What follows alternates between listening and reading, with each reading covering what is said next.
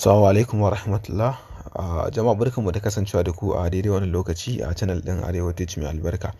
So kamar yadda muka fi da simfirin haɗa wannan poster, bari mu je kai tsaye ga gabatar da yadda ake yin poster ɗin ta hanyar amfani da wayar Android da kuma aiki da Pixellab App, wato wannan application ɗin kenan. Da farko za mu buɗe Pixellab na kan wayar mu kamar yadda yake a nan wajen. Muna buɗe shi zai tambaye mu kamar yadda yake a nan wajen, an auto save your last session is available, do you want to recover it? So za mu yi cancel. Bayan mun yi cancel zai ɓace, zai dawo, zai bayyana mana da wannan rubutu na new text. So za mu yi delete na wannan new text ɗin ta hanyar taɓa A da kuma taɓa delete, wanda shi ne zai share mana shi. So bayan mun share shi, da farko za mu fara selecting na wato kalan background da za mu yi aiki da shi. Na farko za mu zo mu nan ƙasan nan, za mu yi selecting wannan abun, wanda mun yi selecting zai kawo waje kamar yadda yake a nan. So daga nan akwai kalo, za mu yi selecting kalo kamar yadda yake haka. Nan akwai gradient a ƙasa, sama akwai kalo. So za mu yi selecting kalo. Daga nan za mu yi selecting white background kamar yadda yake. Bayan mun gama za mu taɓa wannan alama good a nan wajen, wannan kenan. So bayan mun yi selecting background za mu zo daga nan inda nake taɓa wannan, za mu yi selecting wannan cycle ɗin kamar yadda yake a nan.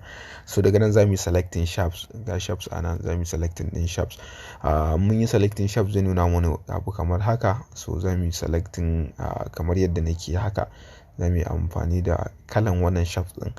So daga nan za mu duba ƙasa, daga nan akwai kala kamar yadda muke gani a nan wajen. So za mu yi selecting kalo guda ɗaya daga ciki.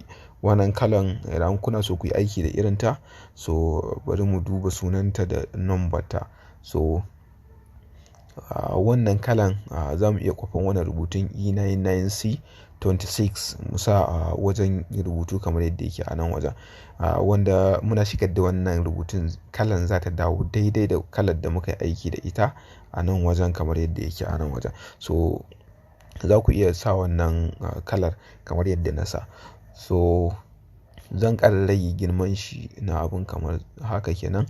So bayan na kammala zan taɓa alaman good da ƙasan nan, zan zo daga nan wajen zan taɓa wannan abun wanda zai nuna mun wuri kamar haka, zan samu shi kwaɗo, zan ƙara taɓa wannan abun domin ya ɓace.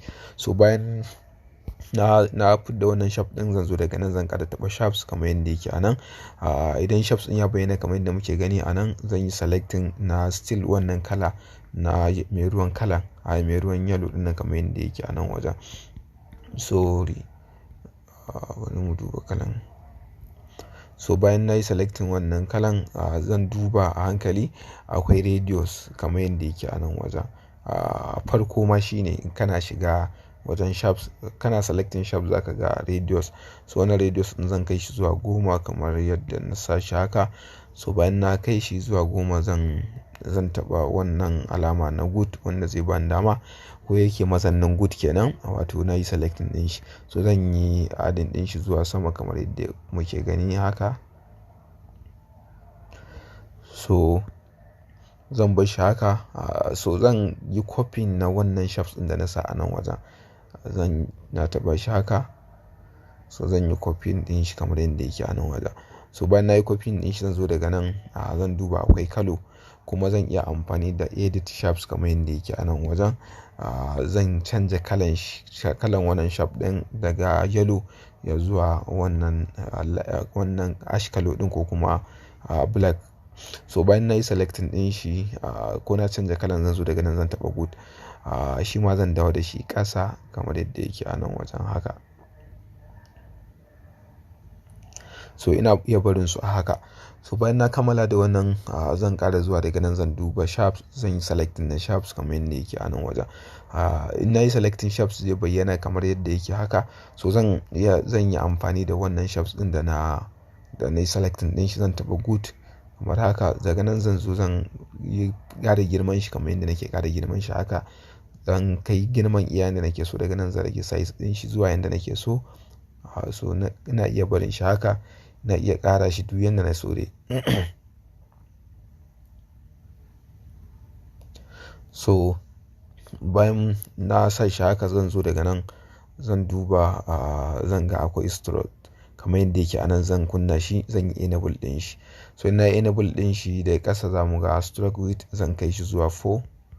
kamar yadda yake haka. So daga nan zan yi selecting wannan kala mai ruwan koyi, wanda shine zai fidda mun da cycle din shi kamar yadda yake a nan wajen. So zan daidaita abin ya dawo ya zama cewa yana tsakiyar wannan abin kamar yadda nake haka. So zan bar shi kamar yadda na sa shi haka.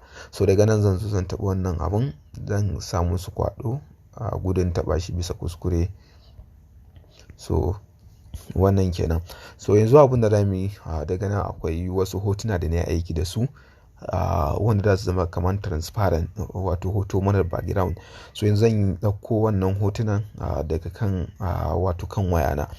Sannan idan kuna da sha'awa kuna iya ɗauko shi wannan hotunan da kuma font da za mu yi aiki da shi, duk kuna iya ɗauko ta wajen wato ku duba wajen comment za ku ga link ko kuma description na wannan bidiyon, duk za ku ga link na shi wannan hoton da kuma font din. So da farko zan yi importing kamar yadda yake a nan. Ina taɓa import zai nuna mun nan wajen, zan taɓa nan gun.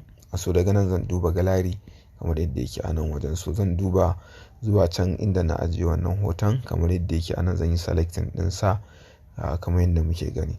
So bayan na yi selecting din zan zo in taɓa OK kamar yadda muke gani haka. So daga nan ina iya barin shi haka, ina iya sa shi send to back kamar yadda yake a nan. So dukan wanda na yi zai wadatar. Na yi send to back din shi. So bayan na gama zan yi copying din shi kamar yadda yake a nan wajen, zan dawo da shi ƙasa sannan haka.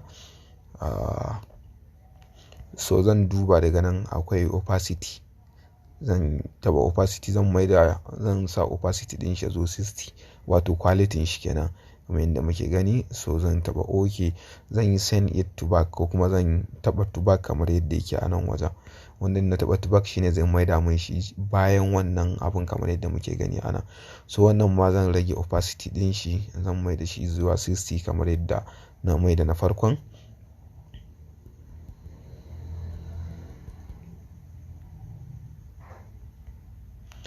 So sai in taɓa good kamar yadda yake a nan.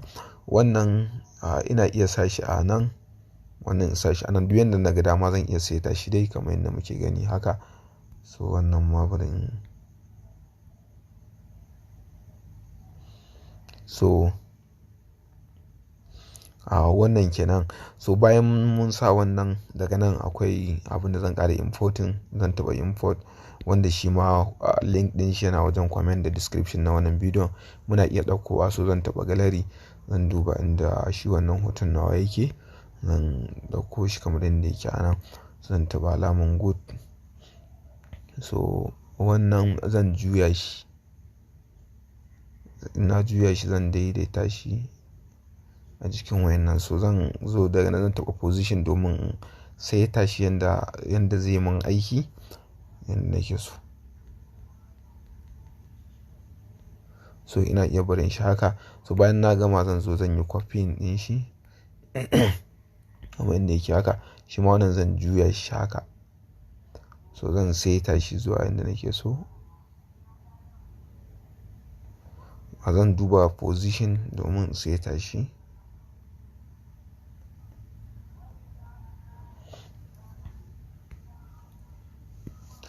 So bayan mun kammala da sa wannan, za mu zo daga nan za mu taɓa wannan abun. Su ma duk za mu sa musu wannan kwaɗon gudun kada mu taɓa shi bisa kuskure ya gotar da aikin da muke. So bayan mun kammala daga nan, za mu zo a nan akwai wato arrow kamar yadda muke gani a nan. Zan yi selecting arrow ga shi ya bayyana nan. So daga nan zan zo ni zan taɓa wannan na farkon wanda shine zai canja mun kalan font din ko kuma aron ya dawo kamar yadda nake so, kamar yadda muke gani. So ina iya amfani da ɗan yatsana domin tsaye da shi kamar yadda yake haka. Daga nan zan duba akwai stroke, zan mai da shi 0 kamar yadda yake a nan. So daga nan zan zo ne akwai kalo, zan samu shi wannan kalan kamar yadda muke gani. So zan zo daga nan zan duba akwai size, shi ma size din zan rage shi. So na mai da shi zuwa 5 kamar yadda muke gani a nan. So zan yi amfani da position kamar yadda yake a nan. zan mai da shi size ɗin ko kuma layin inda nake so ya je kamar yadda yake a nan wajen. So in na gama zan bar shi kamar yadda yake haka. So daga nan zan zo zan taɓa sharps gashi kamar haka. In na taɓa sharps zan zo zan taɓa nan gun wanda zai bani dama na zaɓi kalan sharp ɗin da zan yi aiki da shi. So zan zaɓi wannan circle ɗin kamar yadda yake haka. Zan rage size ɗin shi, zan zo daga ƙasa nan zan duba akwai kalo, zan sa kalan wato kalan wannan abun shine ash kalo kamar yadda yake ana. So bayan na gama zan taɓa boot, zan janyo shi zuwa nan wajen. So daga nan zan duba akwai relative size kamar yadda yake a nan. Relative size zan sa shi yayin da nake so, zan iya sa shi zuwa 5 ko 3. Sorry, bari in sa shi zuwa 3. So bayan na sa shi zuwa 3 zan yi amfani da position, dawo da shi setting wannan abun.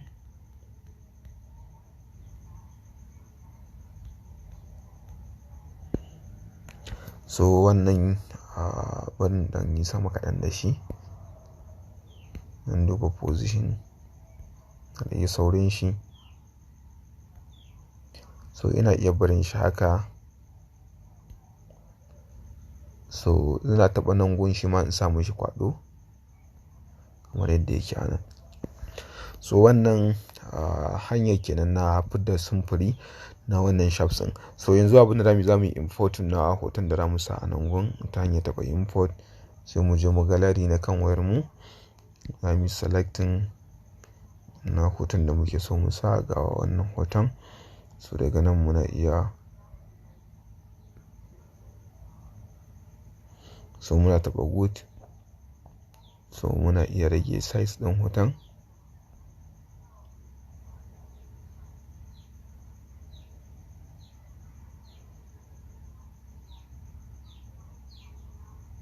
So muna iya barin shi haka. Za mu gyara wannan wato wannan shapes da muka yi aiki da shi, wanda muka sa wannan cycle din za mu gyara shi domin ya zama cewa ya yi size da hoton. So za mu zo daga nan zan taɓa wannan abun, zan sa hoton kwaɗo. Daga nan zan zo zan yi selecting wannan shapes din, zan cire mishi kwaɗo domin na samu damar da zan gyara shi. So bayan na cire mishi kwaɗo zan zo zan gyara shi ya zuwa yadda nake so. Na iya barin shi haka. So daga nan zan zo zan duba position, zan yi moving din shi zuwa yadda nake so kamar yadda muke gani. So ina iya barin shi haka, kuma sannan ina ko da yake bari na gyara shi. Wannan zai ɗauke mu lokaci, so kuna iya yin abun cikin nutsuwa har ku gyara shi yadda ranku yake so kamar yadda muke ƙoƙarin yanzu. So bayan na sa shi yadda raina yake so zan maida mishi kwaɗon. Zan zo daga nan zan cire hoton kwaɗo, shi ma zan gyara shi.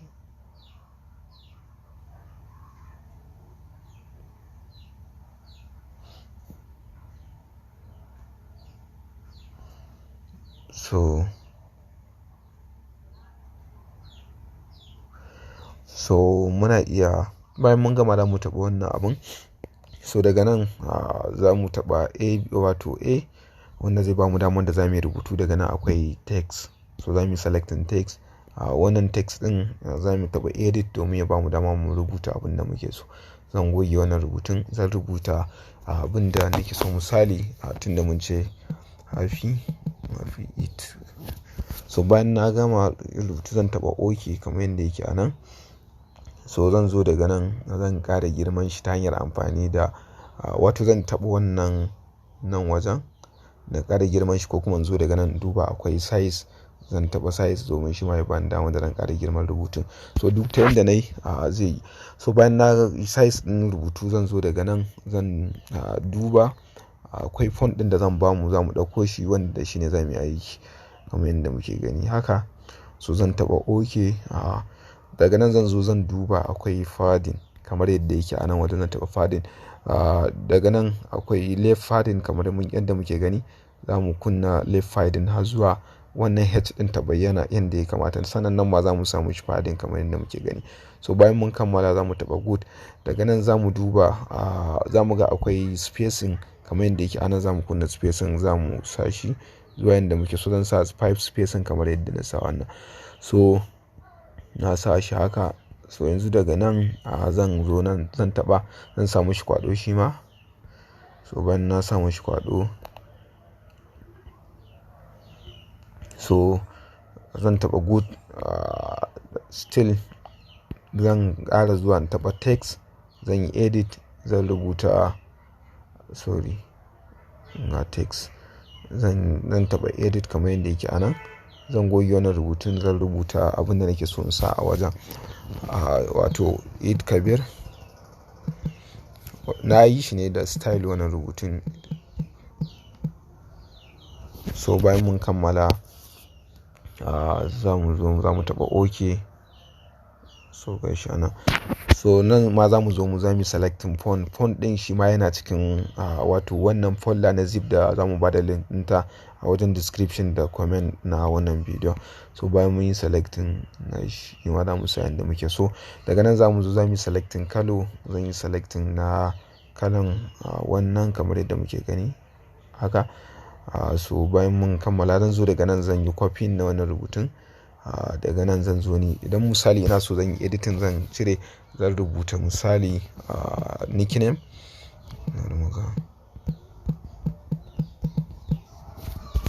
So bayan mun kammala zan taba OK. Zan rage girman shi, size din shi zan kai shi zuwa 30 kamar yadda muka saka. Sannan rubutun zan canja kalan shi, zan mai da shi ya dawo ash kalo kamar yadda yake a nan wajen. Bayan mun kammala da wannan, zan zo daga nan zan taba OK, wannan kenan. So daga nan zan taba text, zan taba edit, zan rubuta suna misali sunan mai hoton kenan misali. So bayan na gama shi ma zan taba wannan, zan zo da shi kawo shi nan wajen. So daga nan za mu duba a sai akwai background kamar yadda yake a nan wajen, zan yi enable din shi. So zan zo daga nan zan sa wannan kalan. So shi ma zan ƙara fadin din shi zuwa wurin sa fadin din zuwa 15. Nan right fadin ma zan sa 15. So mu duba zuwa ƙasa akwai radius kamar yadda yake a nan, za mu taba radius, zan sa shi zuwa 10.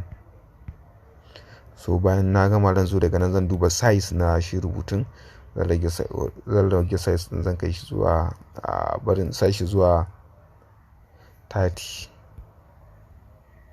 So bayan na sa shi zuwa 30, zan dawo da shi ƙasa. Daga nan zan zo ni zan duba AB wato font, zan yi selecting kalo. Daga nan akwai blogger sans, zan taba shi, zan taba OK. Sannan wannan rubutun zan canja kalan shi zuwa white, rubutun cikin cycle din kenan. So na canja rubutun zuwa white kamar yadda muke gani. So kamar yadda muke gani, wannan samfurin poster da muka fidda kenan. Muna iya amfani da wannan hanyoyi wajen kirkirar poster a ire-iren su ko kuma fiye da irin wayannan ba. So Pixellab zai taimaka mana matuka wajen fahimta ko kuma koyon yadda ake hada sticker ko bana ko wani abubuwa makamantan wannan. So kasancewa mun kammala dukkan abin da muka fidda samfuri, so za mu yi saving na aikin namu, sai mu saving din shi ta hanyar taba wannan abun. Daga nan akwai save as project, akwai save as image. So zan taba save as image, zan taba save to gallery, wanda shine zai mun saving din sa akan gallery na kan wayana. So wannan shine dai tutorial din mu na yau. Kasance da Arewa ta Shiga, wanda ya kasance ba su subscribing ba, muna fatan za su yi subscribing na channel din mu domin ba mu kwarin gwiwa wajen ci gaba da gabatar da tutorial masu alaka da ilimantarwa da faɗakarwa.